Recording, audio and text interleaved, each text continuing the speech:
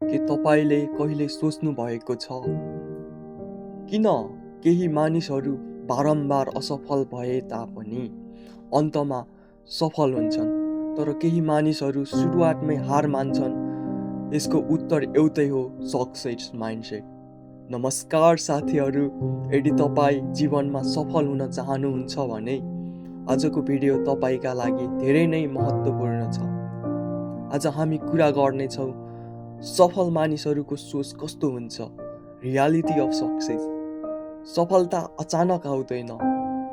सफलता भनेको दैनिक सानो सानो निर्णय र प्रयासको परिणाम हो। धेरै मानिसहरू भन्छन् मेरो भाग्य राम्रो छैन, तर वास्तविकता के हो भने सफलता भाग्यले होइन, सोचले बनाउँछ। मानौ दुईजना विद्यार्थी छन्।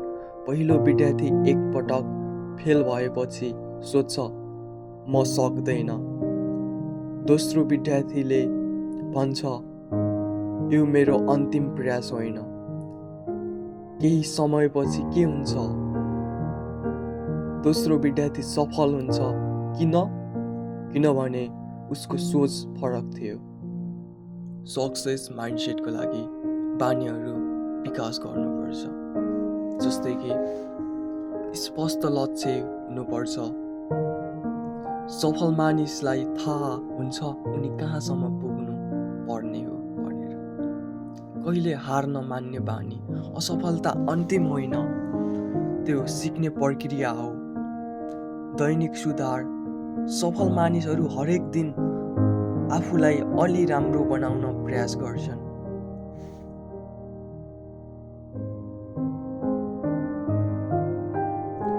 याद राख्नुहोस्, यदि तपाईँको सोच बदलियो भने तपाईँको जीवन पनि बदलिन्छ।